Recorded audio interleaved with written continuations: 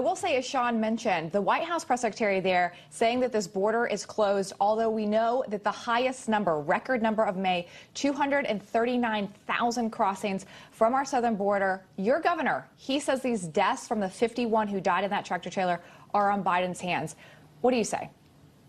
It's exactly right. I mean, Ms. Jean-Pierre, it's just a damn lie. That's all you can say. And routinely, we're hearing lies and lies and lies coming out of the mouth of his press secretary, out of his mouth, out of Alejandro Mayorkas, the Department of Homeland Security, over and over again, to say that this border is closed and that's why they were found in a truck. 51 individuals. They were illegal aliens, but no one should be abandoned to die in 103-degree weather, asphyxiation in a hot truck in the middle of Texas. It is disgusting. It is the policies of the Democrats that have caused this. The death and the blood of these individuals are on Biden's hands. In fact, I will go so far to say that the best friend that the cartels have is Joe Biden and his and Alejandro Mayorkas. They have enabled the cartels to make billions and billions of dollars at the expense and at the lives of Americans and innocent people, and also now as we see the aliens themselves that are coming over. 107,000 dead Americans from overdoses, that are largely from fentanyl coming across that southern border. How much more do we have to, what is it going to take for Biden and his administration to wake up and see that they are causing, they say this is a humane policy. Nothing could be further from the truth. Yeah, so let me pick up on this. I think, and I think most people believe, that you guys will take control, at least of the House, maybe the Senate, in November. If you do, is there literally anything that you can do, absent change at the White House, to change any of these policies? Well, we can put pressure. Let's put it like this. I think these are probably the most opportune times. I've heard this from a number of experts.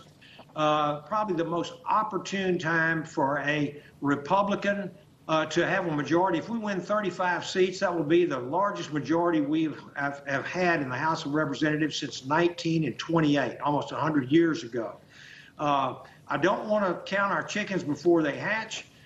This president, we've already seen over and over again, and his cabinet appointees, his bureaucrats, they are willing and able, and really seems like over and over again they lie, they scheme, they dissemble, they don't tell the truth, they mislead the American people.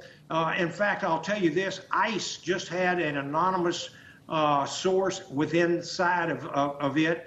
We know that over the last 2 months from this anonymous source that there's been between 60 and 80,000 illegal immigrant cases that have been simply just dismissed by ICE, by ICE attorneys. This is de facto amnesty, and that is really the amnesty. If somebody's going to give amnesty, it should be the United States Congress. No bureaucrat should be able to do this. It is a complete violation of the law, but once again, it's a disgusting case of abuse of their power, and we're seeing it over and over again. Well, speaking of ICE, Congressman, we did mention that Sheriff Gonzalez has withdrawn his name from consideration to be the ICE director. There has not been an ICE director since Obama. There were acting directors during Trump's era. But many senators, Republican senators, were concerned about him.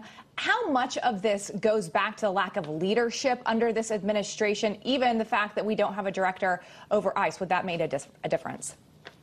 I think you've got the most abysmal leadership in the history of the United States of America.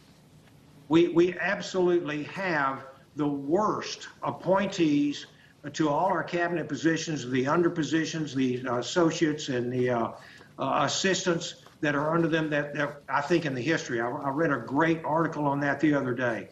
Total incompetence, total sellouts to their ideological bent for radical Democrat socialism, and you know, it's just what it is, and that elections have consequences, and that's what happened in 2020 in a very strange, very irregular, and if you've seen 2,000 Mules, a very suspicious election that has been foisted upon the American people. Congressman, before I let you go, you mentioned elections have consequences. If you do take back the majority, should Joe Biden be impeached? It's hard for me to say that at this time. I can tell you Alejandro Mayorkas needs to go. He's lied one time too many. But I will tell you that the Vice President of the United States, what do we get if we impeach Biden? We get a terrible replacement. So we'll have to see what happens.